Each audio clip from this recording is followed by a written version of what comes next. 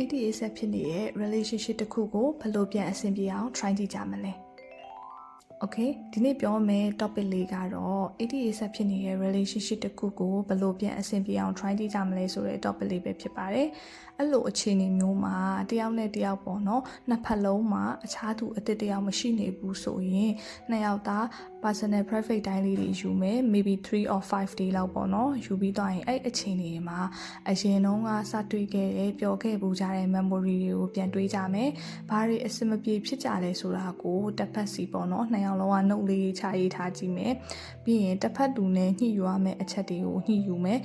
အဲ့ဘက်မှာကိုယ်မှပြင်သင့်တာမျိုးရှိရဲဆိုရင်လည်းကိုယ့်ကိုယ်ကိုစူးစမ်းပြီးတော့ပြင်မယ်ပေါ့နော်ပြီးရင်တရက်2ယောက်အေးဆေးဆေးလေးအပြင်မှာဒိတ်ပြီးတော့စကားလေးပြောရင်းညှိကြမယ်ပေါ့နော်ဘာလို့လဲဆိုတော့ဖုန်းနဲ့ပြောတာထက်ဆိုင်ရင်အပြင်မှာတွေ့တော့တယောက်နဲ့တယောက်အနီးကပ်လေးရှိပြီးတော့စိတ်ချင်းလဲပို့ပြီးနှီးဆက်ပြီးတော့ဆွေးနွေးလို့ကောင်းတာမျိုးပေါ့ကွာ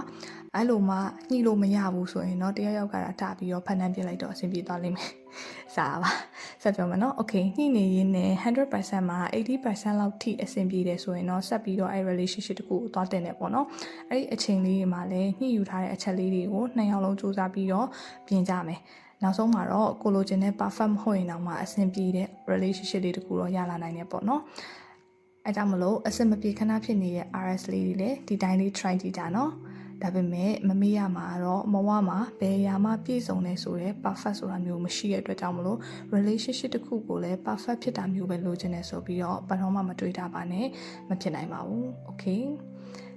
any tip လေးတွေကအဆင်ပြေတယ်ဆိုရင်လည်း comment လေးပေးသွားနိုင်တယ်လို့အကြံဉာဏ်ပေးချင်တာလေးတွေလည်းရှိရဲဒါမှမဟုတ်ရင်မေးချင်တဲ့အကြောင်းအရာလေးတွေကိုလည်း comment မှာပေးခဲ့လို့လည်းရပါတယ်เนาะ love you bye bye see you next vlog